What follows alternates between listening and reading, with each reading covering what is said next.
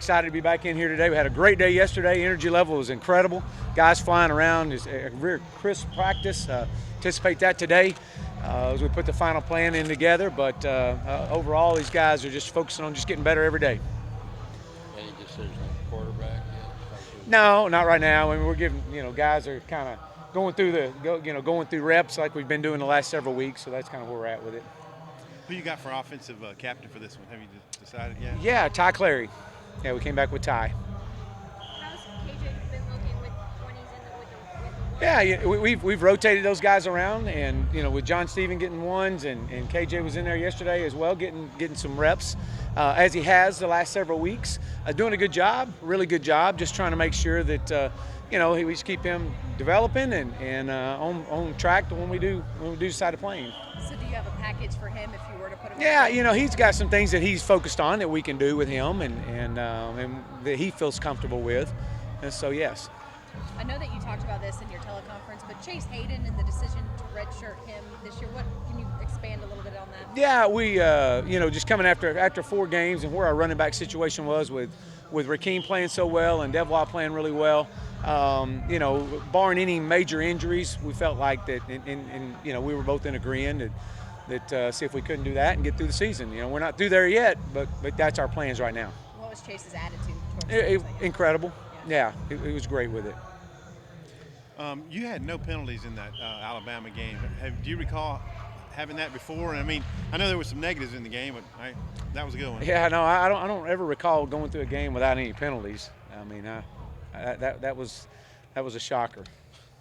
Hey, outside of last year, this game with Mississippi State in recent years has been competitive, really determined by the final minutes of the ball game. What does that kind of say to maybe motivate these guys to stay in the fight this weekend? Well, I mean, it's all about how we play. It's all about us getting better every day, and with our guys, just focusing on just ourselves. And again, when you look at our games this year, where we've had 2 games decided by 4 points and 2 others decided by 7 points. So this is not going to be any different. It's going to come down to the end, and it's going to be a great ball game Saturday afternoon. Mississippi State comes in hungry, 4 straight losses for them as well. Have you talked to your guys just about how hungry they're going to be to get a win too? Well, I think again, it's 2 programs that are similar at a similar spot in the season.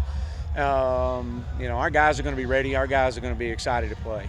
I asked Chief on Monday about their last touchdown last year. It was their backup, and it was pretty late in the game, throwing deep. What did you think of that? I mean, they were calling ball plays, and we let the guy open, and he scored. So it is what it is. Again, I'm worried about us and focus on how we're going to prepare and how we're going to play.